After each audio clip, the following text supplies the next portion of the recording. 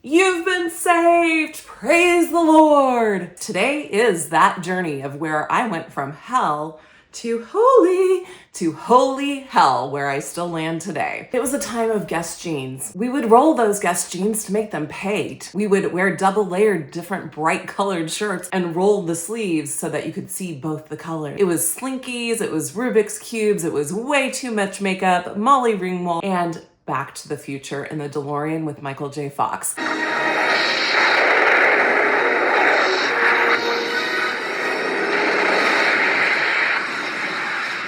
That's what we're doing today, y'all. We are going back to the 80s and 90s to figure out how the culture at large made me so vulnerable to accepting the purity culture message in the 90s and going deep into the Christian church before I found my way out in 2012. Today, we are going to dive into my own journey from conversion to deconversion, from hell to holy hell, where I still land today. That one actually has like a triple meaning to it. Let's dive in and explore how the culture set me up with the patriarchal messages embedded in it to fall prey to that Christian evangelical gender role message. You know what this is?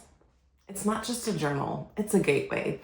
It's a gateway into another dimension. See, my journal is where I wrote down a lot of my questions that actually drove my journey, not just my inner journey, but the journey I've been taking you on this last 5 months. These questions became signposts for me, and whether I knew it or not, they were actually gearing me up for major life decisions that would irrevocably change my life, either for the worse or the better. I know that's usually the other way around, but for better or worse. Some of these questions you might actually recognize. The first one being, what is normal? Who gets to define that? Because it sounds pretty arbitrary. That was actually our trailer for this season. Other questions you might not recognize, such as, what does it mean to be a good daughter of God? One that has devoted her life to Jesus, to making Jesus her lover so that she can stay pure for her future husband. What does it mean to be a good wife and a good mother? Because of course, that's the highest calling of a woman. And how do I allow my marriage to make me holy, not just happy? And then as I started to unplug from some of those questions,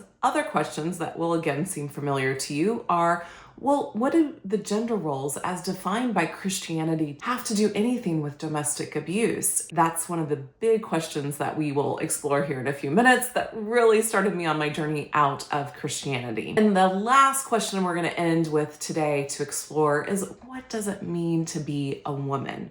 Fully embodied in her body, defined by her and other women's language and experiences through their bodies, not by men, not by a male god, not by men writing for a male god, but by real earthen goddess women. What does it mean to be a woman? These questions are going to drive our journey today to show you how I went from hell, being unchurched, to holy, being saved by God and having Jesus as my lover, all the way to holy hell, which actually has a triple meaning. Before we get into that though, I just have to say this caveat. This is my story. This is my journey, my experience, my words.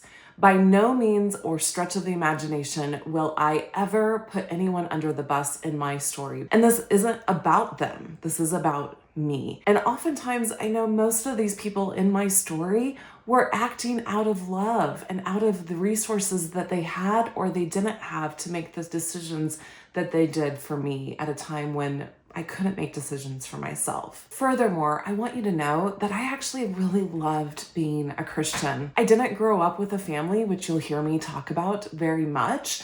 And so having that foundation of the community of the evangelical church, wherever I went in the world, I went from Texas to the Midwest to California, gave me that foundation of community that I'd been craving since I was a little girl. So I loved that aspect of it. I loved going to worship on Sunday mornings and singing my heart out. Anywho, I just have to say that up front because I know a lot of people are going to say, oh, well, she wasn't a real Christian. I was wholeheartedly devoted. When I was coming out of my marriage, I was so devoted to God and to Jesus that I never wanted to even look at another man. I never wanted to even consider getting married again. I wanted to go into seminary and become a healing pastor and be basically a nun in the evangelical world, devoting the rest of my life to God. That is how deeply in love I was with the idea and the concept of Jesus and what I believe the church was teaching me. I loved it. I don't wish for anybody, if they are that deeply in love with it, to actually leave their faith. That's not the purpose of my work or my channel. But I also can't ignore the critical aspects and the data that we need to look at that is driving the fundamentalism of Christianity and of patriarchy into areas that are not healthy for us as a culture, as a society, and as individuals. Lastly, I will be talking about some toxicity and abuse that happens in my journey. So please note that if you are sensitive to that, just take care of yourself. What do you need to do to make it through this journey with me? I will tell you that I do keep it at a high level. I just mentioned some of the characters in my story that have perpetuated that abuse on me, but I don't go into extreme detail. Act 1.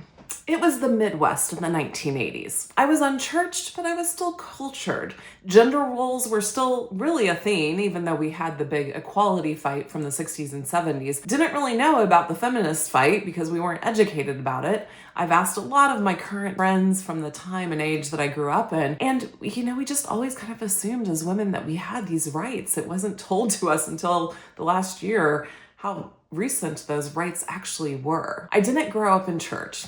Not really. I didn't have those Sunday school lessons, VeggieTales, or VBS, but I was still deeply conditioned. The Midwest in the 1980s and 90s was soaked in quiet patriarchy, where everyone nodded to gender equality, but practicing it was still a bit in the unknown category. While I never remember having conversations with my mom or other family members about Reagan, I do remember this feeling of immense gratitude my family had for the president while he was in office. His Reagnomics were so deeply rooted into my upbringing that I'm still actually deconstructing it today. I was taught to be polite, kind, and pleasing, not bad things in and of themselves. Yet looking back now, I can see the quiet conditioning of patriarchy's gender roles quietly and gently reinforcing the societal, cultural DNA norm. Being a good girl that doesn't ask too many questions or stir the pot goes far in life, while the naughty girl that drinks, makes out with boys, and sneaks out ends up a wreck. From school to home, girls were taught to adapt, and I was praised for being pleasing. I was by no means ever directly taught that men, especially older, louder, more successful men, were the ones you looked up to, earned praise from, and stayed in line for. Yet, it was there. From the shows and movies we watched, to the dominance of male sports over ours, from the roles I saw women playing in my friends' families, to the unspeakable competition I always felt I was in with the boys around me, I was getting the message loud and clear. Men are just more important than women, than girls. I would say this probably was lodged deeply into my psyche by the time I was 11 or 12. I would have never been able to name it, not until my exodus out of the church in 2012. But I absolutely felt my second sexness, if that's a word.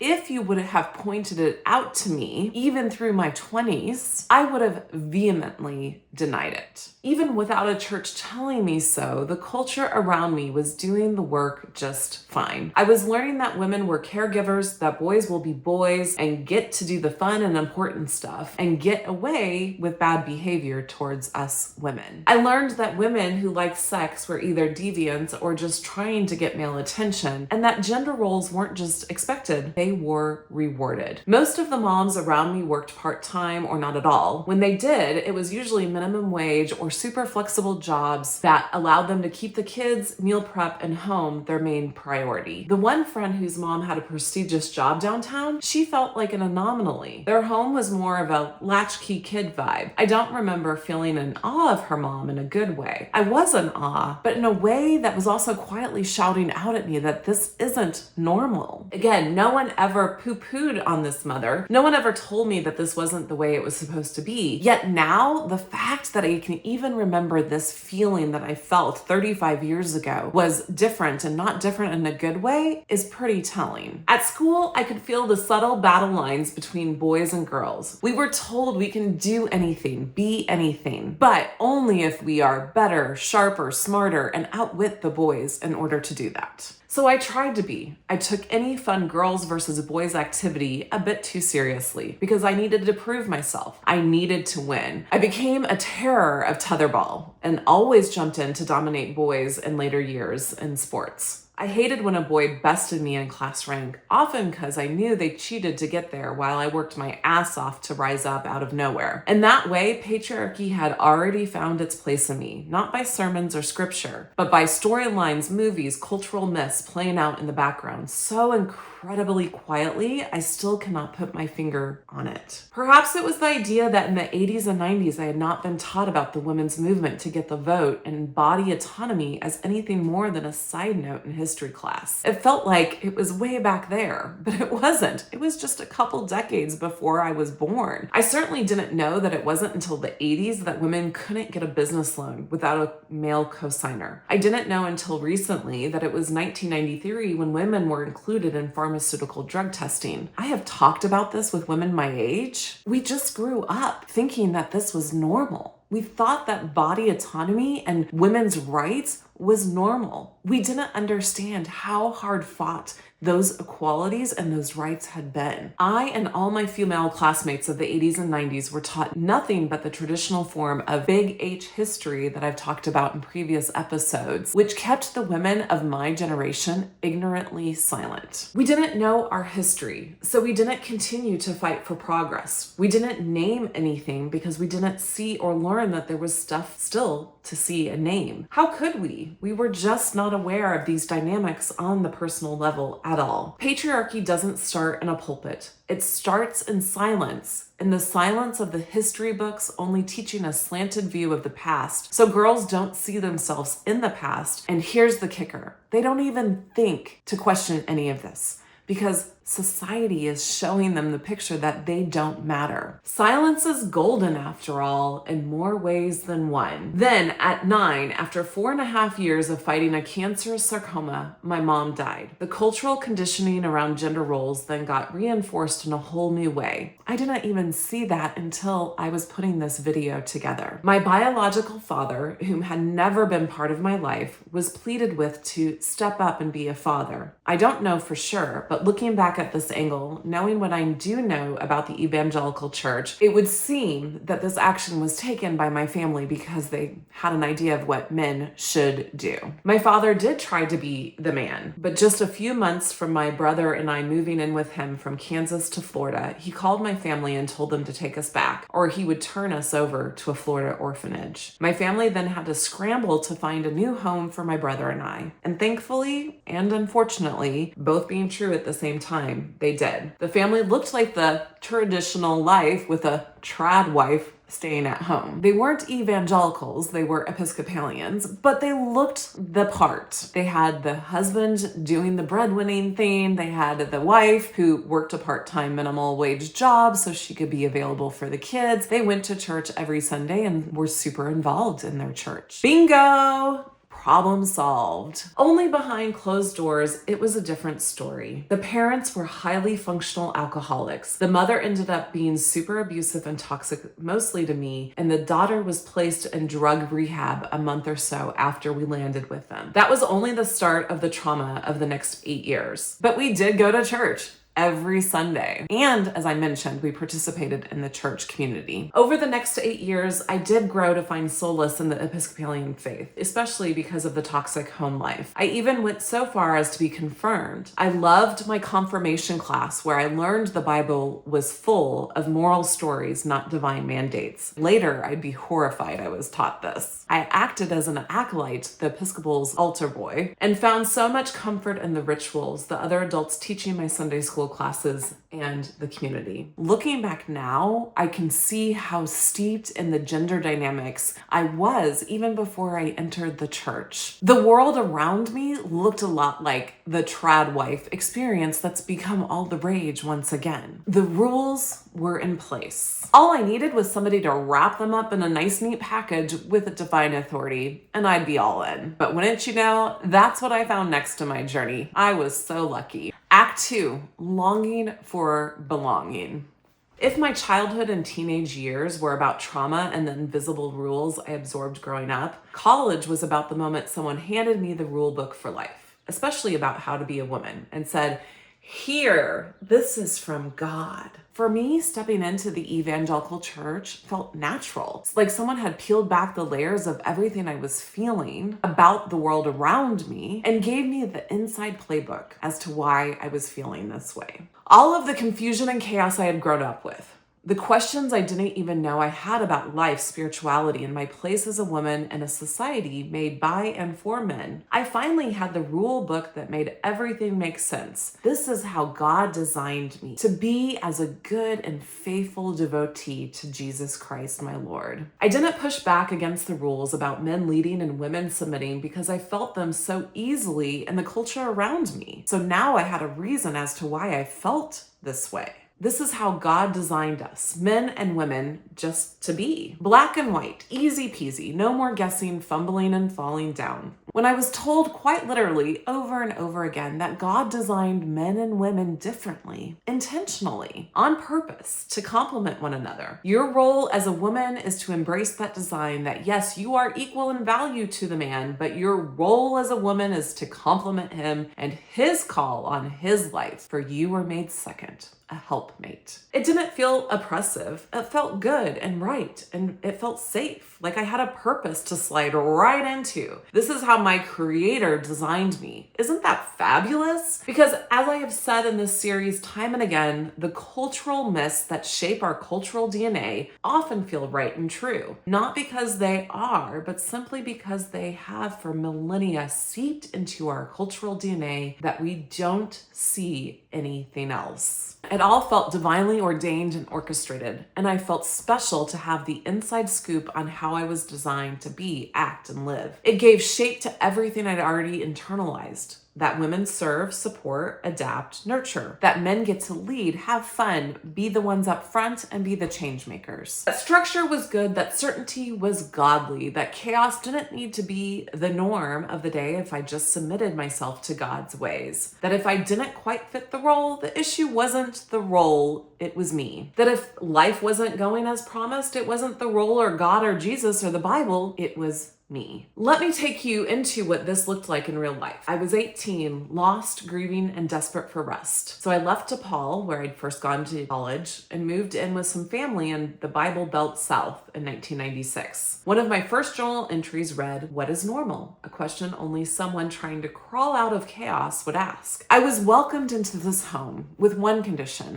that I go to church. Any church. It didn't matter which type of church, I just had to go every Sunday. And if I decided to go to their church with them, that I actually don't take communion, even though I'd been confirmed as an Episcopalian, in their denomination, they believed that was a sin and that I would go to hell if I took communion without being saved, whatever all of that meant. I decided I wasn't brave enough to go to the Episcopalian church by myself, so I went with my family. The very first message I heard was the preacher talking about what it meant to be born again. If you don't know, that's a big term in evangelicalism, that they are born again Christians. By the end of the sermon, it was so clear and well put that I started showing up every Sunday, pretty interested in this good news that they kept talking about. A few months in, my cousin and I were talking about sex. At that time, I was still a virgin with little desire to be sexual and was concerned about STDs and unwanted pregnancies. So I just decided to go all in on the purity thing, even before I was a Christian, and hold myself off from having sex until I got married. In May of 1996, I was on my way to visit my father dying of pancreatic cancer. A family member had given me a letter intended for him, but said I could read it. In it was something called the 4 Spiritual Laws, which is a formula to lead people into a soul-saving relationship with Jesus Christ. I didn't know it at the time, but that letter led me to my first mystical experience where I actually ended up journaling about hearing a man knock on a door on the other side of the door, and that only I had the handle to open up that door. And he asked me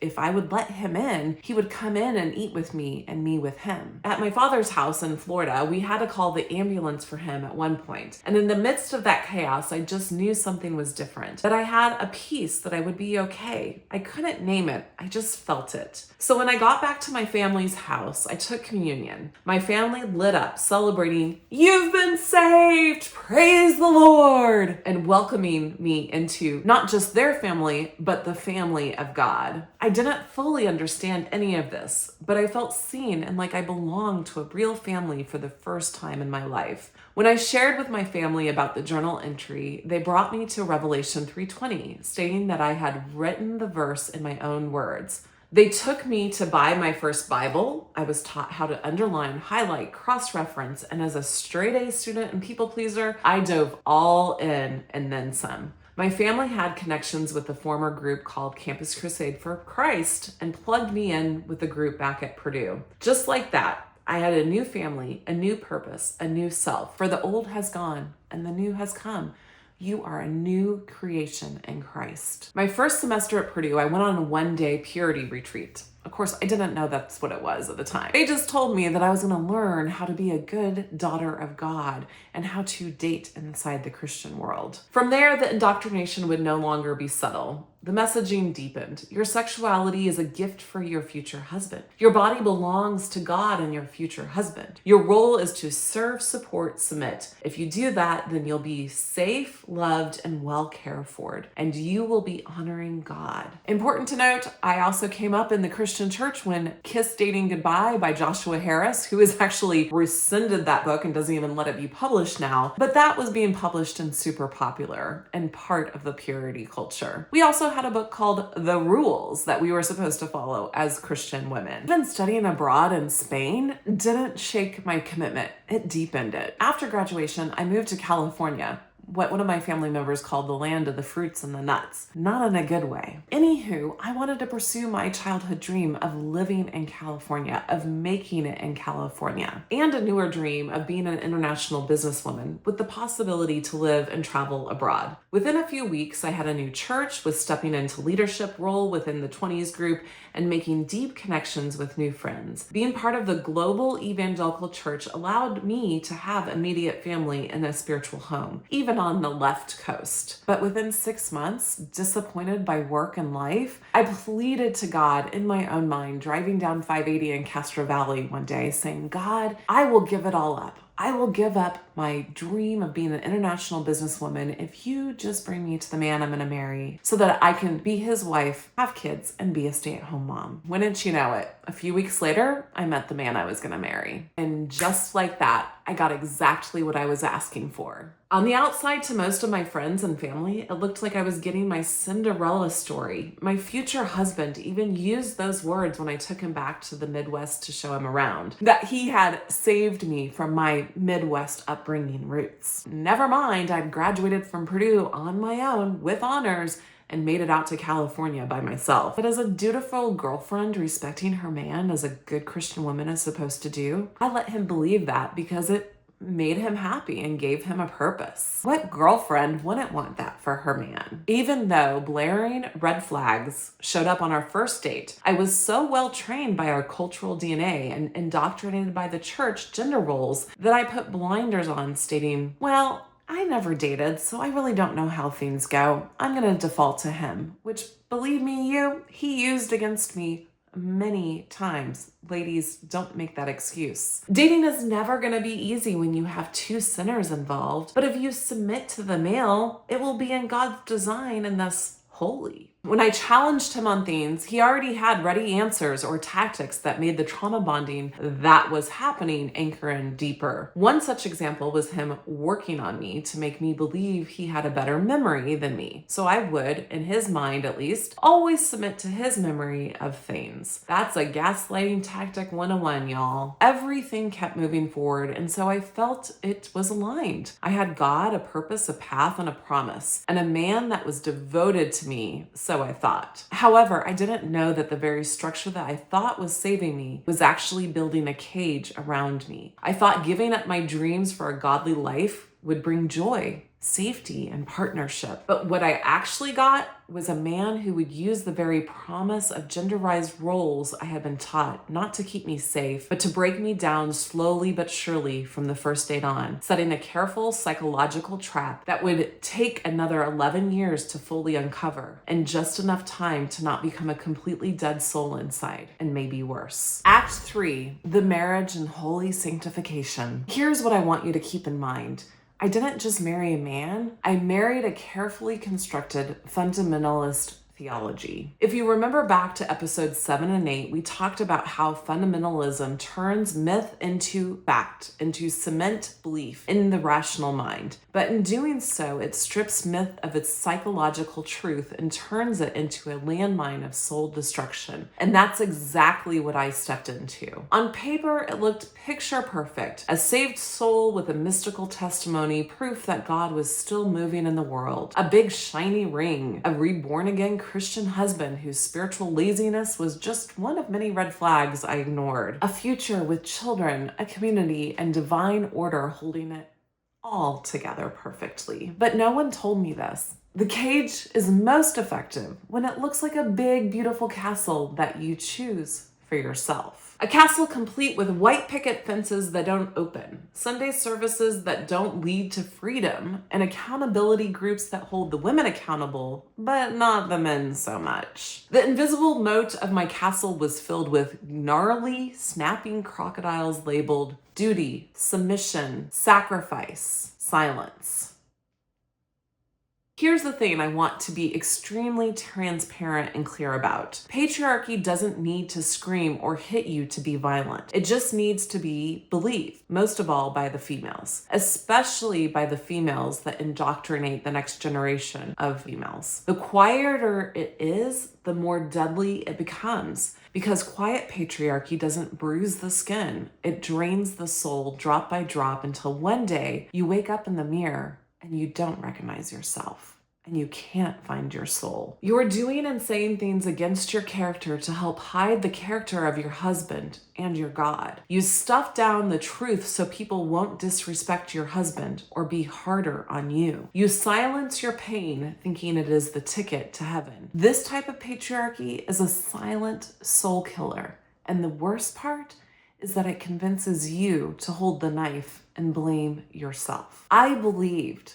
Oh, how I believed. I believed that this type of sacrifice was holy, that submission was strength, that silence was spiritual maturity, that all of my work behind the scenes would lead my husband to see how unfairly he was treating me, and that God would redeem our marriage because God is the God of redemption after all. I could be as devoted and as holy as I needed to be to redeem my marriage. Now I understand all of those adages to be nothing more than shallow pools of incestuous filth women are taught to uphold patriarchy, whether it be via religion or what we will talk about next week as part of the toxic self-help world and the polarity culture running amok. These adages make up a glorified guide to losing yourself with a MAGA smile. Because when you continually are told you're the problem, as women are in both religion and culture at large, you go to war with yourself before you ever question the system. Every red flag in my marriage and in my faith, they became a test of faith. Could I pray harder for him to seek God's will? Could I lay down more of my ego and be more of a servant to him and God? Every controlling comment was simply leadership. I just needed to be less bullheaded and strong-willed. I needed to submit my will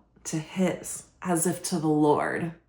Every emotional manipulation in the book that Dr. Ramani talks about widely on her YouTube channel now, but unfortunately this expert wasn't around when I got married, became my opportunity to submit more, pray harder, understand better, to be the woman behind the man that would make him rise to his full potential. Then I would get my glory from God in the quiet places. In the end, I stayed and stayed, putting my feet to the fire out of an act of obedience, and because, well, divorce ain't an option, he knew that. I looked for answers as to why my marriage was so difficult in well-meaning Christian books. These books never had a warning about what a healthy man in marriage looked like versus unhealthy. Because if you're actually following the fundamentalist teachings, you probably aren't going to have a very healthy marriage. It usually went something like this. Men need and deserve your respect. This is how God designed husbands. So if you are not respecting your husband first and foremost, he will feel it, and your marriage won't be holy or work smoothly. So I learned to tell myself, marriage isn't about happiness, it's about holiness. If I just serve better, submit deeper, pray harder, he'll come around. If I work harder to become the Proverbs 31 woman tirelessly serving her world, this will all work out. Mind you, it wasn't about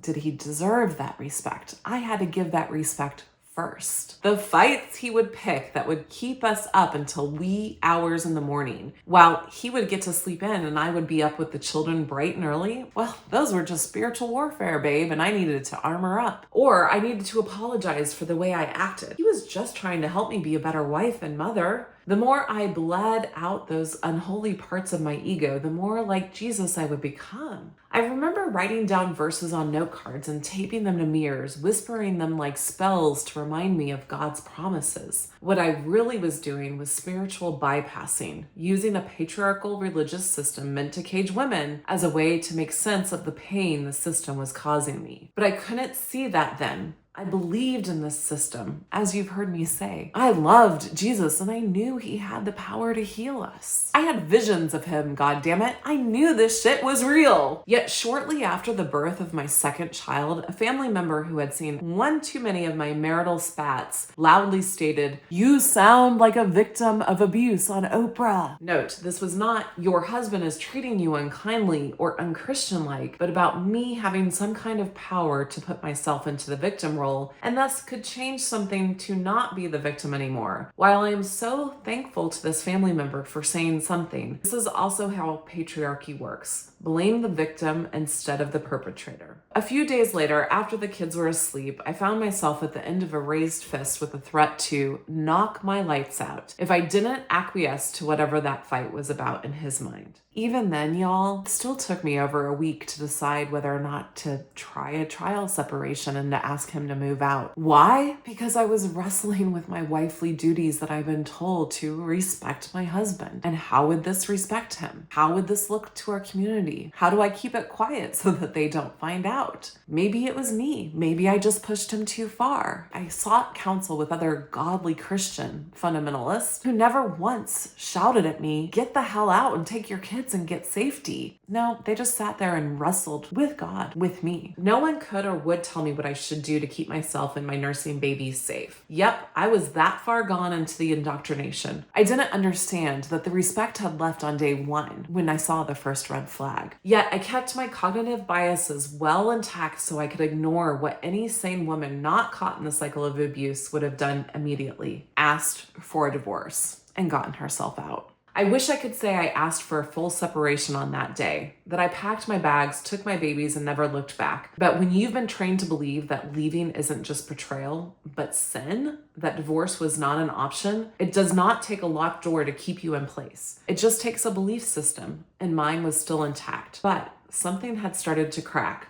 And once a crack forms in the dam, the water remembers how to flow. Act 4, the escape and rewriting the rules. The thing about waking up is it rarely ever happens all at the same time, and it usually isn't the same for all of us. There's always something different that starts to wake us up. But it comes in fragments where you start to hear a whisper, "You're not crazy. This isn't love. This isn't God. And this definitely is not sacred. And this definitely is not making you holy." My escape didn't start with packing boxes. It started with a Google search, verbally abusive relationships. Because I thought, well, he's not hitting me. This thing, that was a one-time thing. Here's the thing though, souls, is physical abuse is always the last straw. And I want to be very serious about that. Typically, abuse has to start in the psychological domain because they have to wear you down enough to believe that you actually deserve to be hit. And physical abuse doesn't always have to hit you. It can mean locking you out of somewhere, locking you in somewhere, taking your car keys, driving recklessly. It can mean taking something of yours and trying to destroy it. He actually many times would get angry at me as I was reading in bed at night. Remember starting those late night fights? And he would take my books and try to rip them apart. One time he actually grabbed the Bible and almost tried to rip up the Bible from me. This search landed me on the book, The Verbally Abusive Relationship by Patricia Evans. And just like that, I started to see through the veil. I suddenly started to see why my marriage had all these difficulties none of the Christian books I was reading could identify. And I started to learn it wasn't about me. From there, little by little, I began to take baby steps. I asked him for a trial separation. We worked it out with a therapist I'd been seeing for postpartum years earlier. I started reading. I ordered that book and several others. But even then, after just 4 weeks of our 6-week trial separation, I caved. and asked him to move back in. He had played nice, cried so hard on his knees one night that he had an imprint on his forehead from it. He was so out of character that I thought, of course this has to be real. And he had been so helpful as a father for the first time since we started having kids. I thought he had changed just as I had prayed so hard he would. At that point, I told God that you either fix him for real and make it stick, or I'm out of here within 5 years. I'm not sticking around. Things went well enough for a while. My boundary of the trial separation had seemed to work, but I had read enough by then to know that oftentimes men held to a boundary can play nice for a few weeks, months, or even years before returning to their old ways. It took about another 2 years before I found myself having the same desperate feelings I had the first time I asked for the trial separation. This time, I didn't let the feelings fester before addressing them with him. Instead of being supportive though, he enacted DARVO. DARVO means deflect, attack, reverse victim, and oppressor.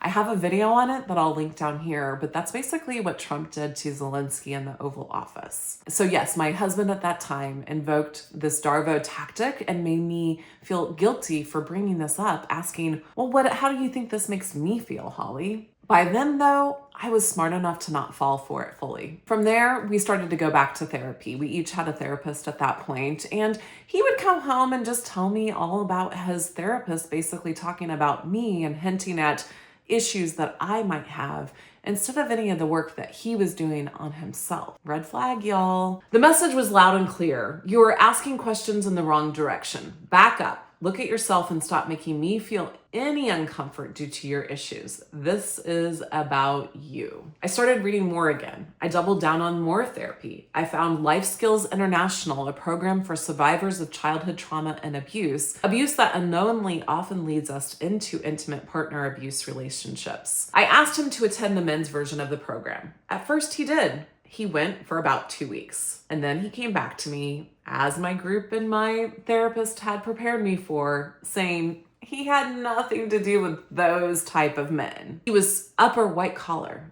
They were not of his status. He gave me my freedom, so he said. He instead promised to continue to see his therapist on his schedule and go to occasional marriage counseling, which now I know is not generally recommended in those types of marriages, since more DARVO is typically endured along with knowledge abuse, an abuse where one gets the tools to look more emotionally intelligent, but then just uses those tools as weapons. Meanwhile, I was clocking 3 hours in that life skills class a week, hours of homework on top of that, weekly therapy, and a gnawing truth that kept rising in my gut. 7 months into my 9-month life skills class, I turned to my mentor of that class and argued with her.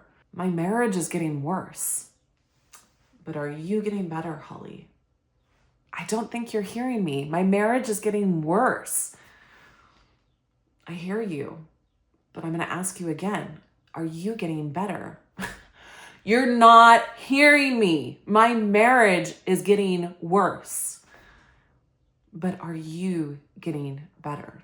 By that third time, I had to stop and actually answer the question and realize, yeah, I was. She invited me at that point to stick with the course for the last 2 months before I made any other decisions. I remember desperately at this point wanting someone, anyone, to name what was happening, to call it abuse, to tell me I wasn't crazy for wanting to leave, because I had bought into the belief divorce wasn't an option and something he knew and threw back in my face all the time, or would threaten to divorce and we would each take a kid. That's because of the indoctrinations and the messages I received from the church and my Christian therapist that confirmed I was trapped. He hasn't cheated on you, that I knew of at least. He's professed to be a reborn again Christian, though his actions and lack of devotion were questionable. So therefore, I had no biblical grounds for divorce. And if I did seek divorce, I would not be allowed to marry under God's law again. Not that I ever thought I would want to. Further things I heard from people in the church: don't shame your husband. What if God redeems all this situation? How are your friends going to feel about your husband when God redeems it? Wait until he's dead, then go live your life. Yes, literally, a Christian marriage therapist told me this. You just need to respect him more. Again, putting the blame on the women, making it all their fault that they're not bowing down and being just that perfect envisioned woman of Proverbs 31 for their man. So what are you doing wrong to incur his treatment and his wrath? While some of the therapists in the mix at the time would say he had tendencies towards a personality type, they would not fully go there, even though everything I was reading and learning in my life skills class pointed to the N word, narcissist. Now I understand it's not because he wasn't, but because of the book that labels these things. The difference between narcissism and narcissistic personality disorder. This channel is about narcissism. I don't give a rat's ass about narcissistic personality disorder. I really don't. I don't even think it should be a thing. If I was the grand poobah of the DSM, I would have had it removed by now. And this whole NPD thing has confused and muddied the waters on such an important conversation. Personally, I am not diagnosing anyone, nor are the people who are calling out toxic behavior and calling it narcissism. You can't diagnose someone with narcissism because that's not a thing. Just like you can't diagnose someone with stubbornness or a bad sense of humor or a bad fashion sense or kindness. When you say someone is showing narcissism or is narcissistic, you're making an observation about their personality and about how they go through the world, but you aren't diagnosing them. That word, narcissism, was just only a descriptive word until the cabal of the DSM decided to codify it and toss it onto a diagnosis, which actually made no sense to create a diagnostic typology around something that really doesn't have an evidence base of effective treatment. And it's actually a personality style that results in people making more money and being more successful at online dating and being more likely to be your boss. In my story, everyone avoided naming the abuse as abuse like the plague, while also not telling me how much danger I actually was in. Because as a woman wakes up to the abuse of a system she devoted her entire life and afterlife to,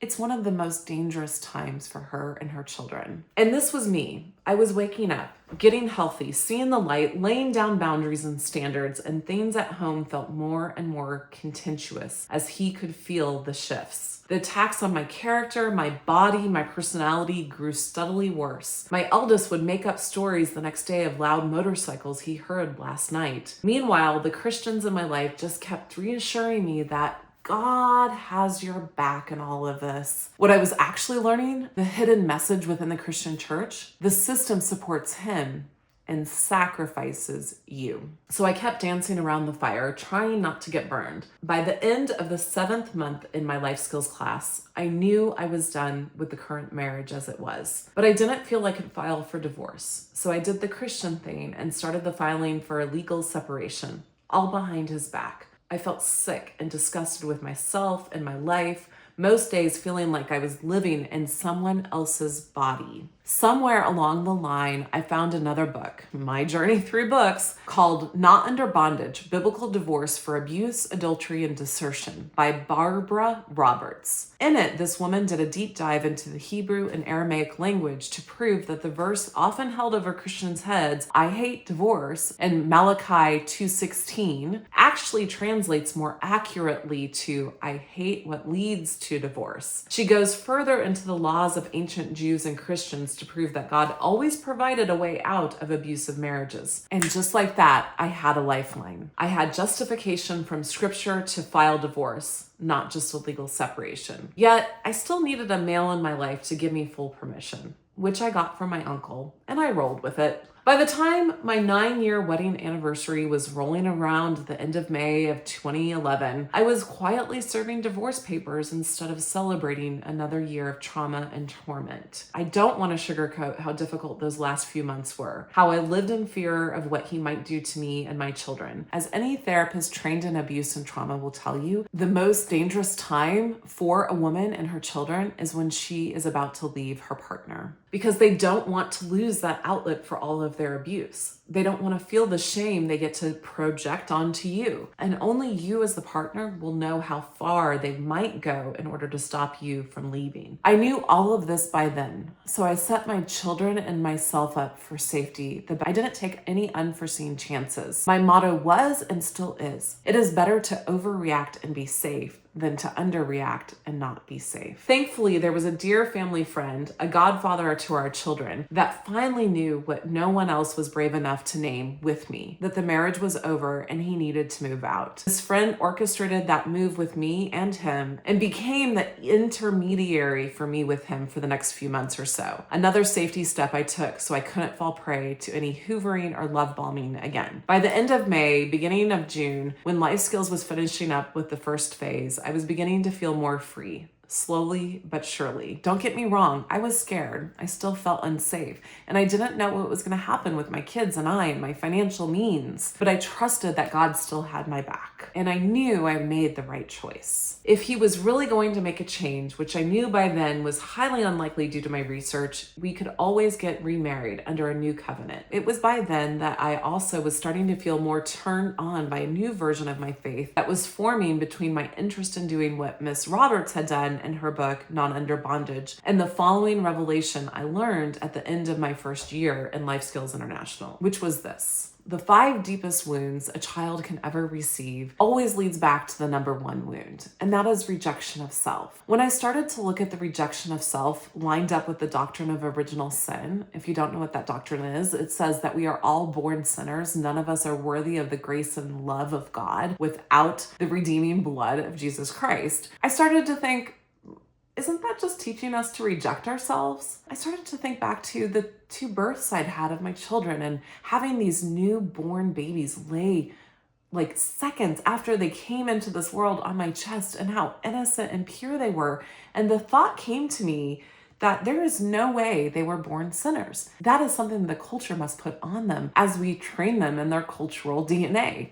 Again, I didn't know the language back then, but when I put those 2 pieces together, the doctrine of original sin went bye-bye. Any God that would teach that babies are born sinners, that no longer fit for me. That couldn't be my God. And just like that, the doctrine of original sin shattered into a million pieces. Little did I know how that seemingly small step, which happens to be central and paramount for evangelical faith to hold, would set the stage for the rest of my faith to follow less than 14 months later. Act 5, liberation through spiritual fire. The next year was one of both immense spiritual growth and socially trying times. One by one, my married Christian friends found a way to disappear themselves from my life or push me out. I was now a single woman amongst their husbands, and any single woman can tell you how we become the plague to insecure married women. When I turned to the church in times of distress as a single mom with no family around, they made it clear there was no one to help me. No matter that I had tithed to them for years and was still tithing as a single mom with no job. I volunteered any chance I could, and while there was plenty of outreach to the homeless, as there should be, and unchurched, there was no ministry for women like me. They suggested the divorce care group. It was a joke, just another opportunity to shove scriptures down our throats. Plus, my ex was already there, hitting on new women, one with the same name who felt brave enough to actually tell me. I didn't belong anywhere anymore, except maybe in the young adults group. I was still technically young enough for another year, and definitely single enough. I kept going to therapy, to the next phase of life skills, kept asking myself hard and exploratory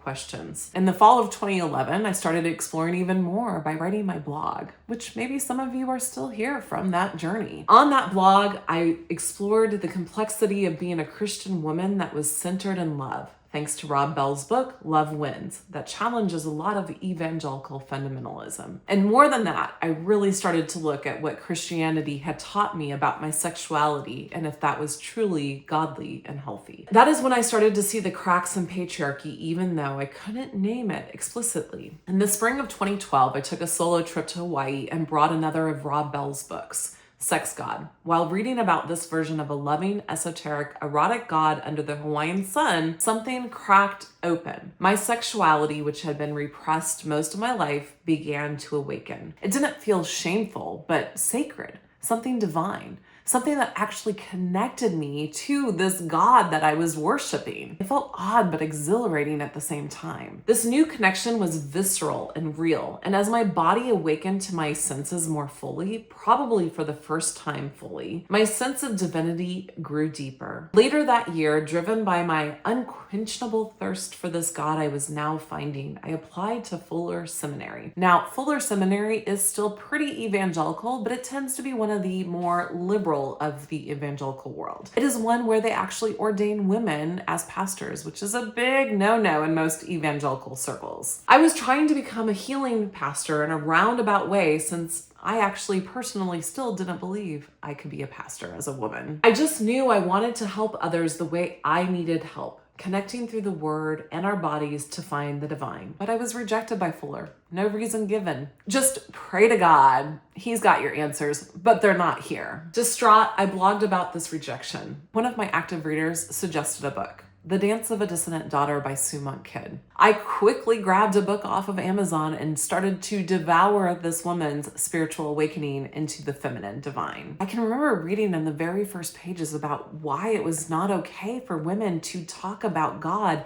in the female language that we are embodying in our bodies. And so she challenged us as we went through her book to start getting more comfortable with the goddess, with the feminine divine. Woo! That felt so heretical, and I can still feel the hairs raise on my arms that I was doing something wrong. But I took her challenge, I accepted it, and I did sit with it. And here's why. Because why is it heretical for women to have language about the divine in their own language that represents their own bodies and their own souls? In early August, while I was prepping to teach a Zumba class, something that made me feel both alive and also a little uncomfortable with my sensuality, I broke my right foot. My driving foot, mind you. It was a tiny hairline fracture in my fifth metatarsal, but it took out the rest of my summer and my life for about 8 weeks. In that stillness, as I was still reading Sue's words and being challenged, I was back on Amazon for something. And shortly after that, that is when I found our Bible, The Creation of Patriarchy by Gerda Lerner. You pretty much know the rest of the story from here, but let me share it with you anyways. As I read the blurb, I started to see answers I had formed at the end of my marriage 14 months ago about where gender roles came from. Back then, I had learned enough about abusive relationships to understand that gender roles, as defined by both church and culture, played some part in keeping women trapped in abusive relationships, but never had clear-cut answers until I found Dr. Lerner's work. So I grabbed myself a copy that arrived just before Labor Day weekend. The kids were with their father that weekend, and my broken right foot kept me homebound. So I cracked open the intro into Gerda Lerner's book and started to read. I started to learn that big H history was not all of the past, as we learned in episode 10 and 11. And then I started to read the 10 ideologies that became invisibly embedded in our cultural DNA, all before the Bible was written, before the supposed Jesus walked the earth, and way before the Bible was canonized. I read a passage about patriarchy's origin, that it all started by learning to control a woman's womb, to convince her that it wasn't hers to control, but that the tribe, then the men, then the state held that right. Eventually, that right got hidden even deeper, and with spiritual implications in the religious scriptures of the patriarchal states, until we believe it was religion that started this claim, not the state. At that point, I threw the book literally across the room screaming, furious at what I was reading, frustrated that I'd been taught the exact opposite of this my entire 35 years at that point in time on this planet. What had been invisible up until that moment was becoming glaringly, shockingly, horrifically visible. I had unknowingly given the rights to my body, my womb, my creativity, my pleasure, my sexuality, my sensuality. I just had handed it over to my culture, to the Bible, to this God, to the men, and asked them to honor it and to show me what it meant for me. See how ironic and how ridiculous that sounds now when you say it that way? But yet, in that world, it was just divine order. It was just divine order for men to control the womb because it was how God designed you, not because of how the state designed patriarchy. As I hobbled down the hall towards the restroom, I began to see that this entire system told me quietly and visibly, yet undeniably since birth, I didn't belong to myself. Not fully, not ever. It wasn't even the church I fully belonged to. It was the state I belonged to. It was to the state that my womb became a commodification. It was to the state that my body was indebted and in servitude to. All the while forcing me, never asking for my permission or consent, to uphold this thing called the patriarchal structure that never had my best interest or intentions at heart. As I reached my room, hobbled hobbling on my crutches. The tears were streaming down and the rage was building. But I knew enough about symbology and I knew enough about ritual that I literally bent down on my one foot and picked up this imaginary deed to my sexuality and said, never again. Never again would the men around me or a religion or the state own the rights to my own body for me or in place of me. Mind you, this was before Roe versus Wade got overturned. And just like that, when I righted myself on my one good foot, I knew my faith in this evangelical Christian God and Jesus had vanished. It was never to be picked up again. I call it a sliding door moment. Some call it stepping through the looking glass. I knew I would never again believe in the Bible the way I'd been taught. I knew I could never see this God or Jesus in the same light again. I didn't feel despair or sadness. I felt a burning white-hot anger. I immediately knew I'd been deceived for 16 years. But isn't it fitting that women are the ones being deceived? It's right there in the frickin' Bible, y'all. It is telling us that we are deceived, but not in the way we've been taught. Anywho, I knew with every cell in my body that no man, no male God, and no government would ever again have dominion or the deed to my body, my sensuality, nor my pleasure. Within days, I began my exodus from the church. I didn't just leave, I declared it. And in doing so, I realized something chilling. I always thought the Mormons or the Jehovah's Witnesses were the cults.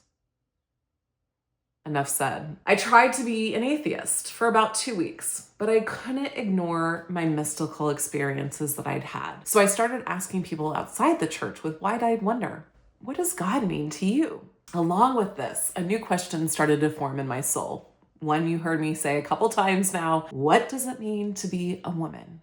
Not defined by men or a male god or by a god written by men, but by real earthly goddess women who embody their sexuality, their pleasure, their creativity, their version of what it means to be a woman. What does that mean? Right around that time, my acupuncturist invited me to a women's embodiment retreat in Northern California. Just after dinner that first night, we began singing and worshiping, and I thought, oh my gosh, this happens outside the church, but it was different. It was more inclusive. It was more wholesome. It wasn't just focused outward on this mystical, invisible, big man in the sky, pie God, right? It was about us being in this room together. And then we did this exercise where we looked into each other's eyes, which I actually don't suggest now, and I'll talk more about that next time, but it was impactful. I was with an elder woman who just looked at me and I saw so much compassion and love and acceptance and curiosity and warmth and love, if I haven't said that, and caring, that I just the tears started coming out of my eyes, and I was just reflecting that back to her, and the tears were coming out of her eyes, and I thought, oh my God, 16 years in the Christian church, and I never had this experience with another woman or male at all. I had never felt that much warmth and caring and emotion and just looking into somebody else's eyes, not even having to be hugged or touched by them. I never had that before. The next morning, I participated in my first freeform dance, still with a broken foot and a soul yearning for home. I fell in love in an entire new way. I fell in love with movement that came from my soul. No steps to follow, just deep listening to guide me. I fell in love with my body and how she was opening up to move in ways I didn't even know were possible in our linear, limited planes of motion we stay in. I fell in love with how my soul was opening up as my body was opening up and vice versa. I fell in love with the part of me that could feel sensual and free without shame. Later that day, I attended a free workshop that was included, and I sat in this circle of women where I heard the instructor, the leader, the guide. She started the whole session off saying, what does it mean to be a woman? And what does it mean to be a man? There were lightning bolts and everything going off in my life. Oh my gosh, this was the answer to my prayer, right? This was the answer to that question. In that moment, I knew I'd found my new community and I'd found my new home. From there, I leaned hard into the loving, new agey law of attraction community I found. While I wish I could tell you that all I found in that community was purity, light, and healing, that would be far from the truth. Because while I did find real healing from the spiritual abuse of Christianity, I didn't realize that I was still infected by the same disease. That same patriarchal virus we unpacked in episode 8. The one that says you need to be saved from yourself. That was still in me, and it's still in the world at large. And I didn't know it, but it was the foundation of most spiritual practices. It led me once again into systems that felt liberating until they weren't. No one tells you after you leave religious fundamentalism. Patriarchy doesn't just live in pulpits and purity pledges. It shows up in yoga studios, retreats, and Instagram reels. It shapeshifts from TradWives to tantric priestesses, from purity culture to polarity culture, whispering the same message in new tones. You are safest. You're most lovable, most feminine when you define yourself based on what the gender roles tell you to define yourself on. When you define yourself based on the mission you've been given, especially when the mission is with a soulmate or a twin flame. When two become one in body, heart, and soul mission in sacred unity in us. By the way, it will only be an investment of $15,000 to find your soulmate/twin flame. But you can't put a price tag on fulfilling your universe-inspired destiny. Patriarchy, the ideology, is a master manipulator and shapeshifter.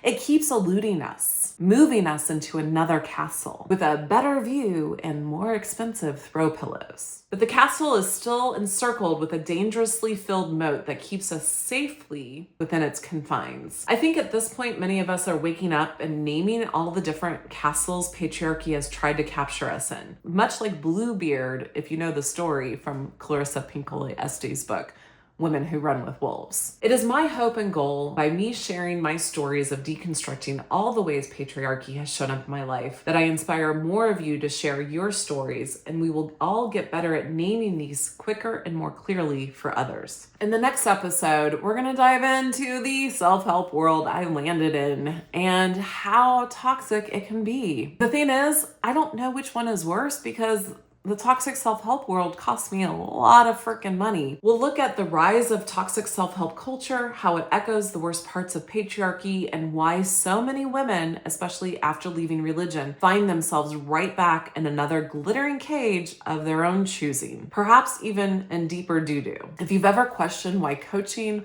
law of attraction, chasing after your soulmate or twin flame, manifestation, or spiritual success culture left you feeling very similar to your religious days, then you'll want to join me next week for that exploration. And also for season 3, little plug, where we're going to spend the entire season looking at the toxic self-help world. Here's the thing I want to leave you with today. You are not the problem. You are not a sinner. You are not broken. You don't need to be saved. Patriarchy, the system, and the ideology that has built it is the problem. And you're not alone. Even if they try to make you think that you are not. There are more and more of us rising. So make sure that you have joined me here on YouTube or Substack, wherever you're finding me, and then go to the other one, Substack or YouTube, and make sure you're subscribing, make sure you're liking, make sure you're commenting, make sure you're sharing this with others that need to hear this message, and let me know your story, even if it's just a few words. More women are coming forward and sharing their experiences of what it has been like to be in the basically MAGA world. I didn't know that that's where I was until this last year, really. I was a Christian nationalist. I really can look back and say that I was probably going down that line of thought in my last few years as a Christian woman. More women are definitely starting to come forward and share their Christian or their Mormon TradWife experiences, which is so needed. And that's part of why I want to do that with my story, because I hope that just by opening up and sharing in a way that's compassionate, real, and needed, that others will also find the strength to come forward and share their story. Because the more of us that share the story, that show that we can actually move into a place, the more of these women will start to wake up and find the power and the resources that they need. And resources is a huge part of that I'll talk about in a bonus episode later this summer. I hope that this is inspiring to you, for you to find your voice, or whether you do a whole YouTube like I'm doing, or just a one-time video and you want to share it on my channel about your story of going into Christianity or how you were raised in it and how you found your way out. We need more stories like this in order to make sure that other people know it's okay. It's okay. The water's great over here. Come and swim with us. You're not going to go to hell. You're going to actually have a lot of fun and be able to stop living in fear. All right, y'all, this has been a long one. Thank you so much if you made it all the way to the end of my story and participated with me in this journey. I look forward to seeing you in the next one. So long. Toodaloo. Ciao, ciao. Bye-bye.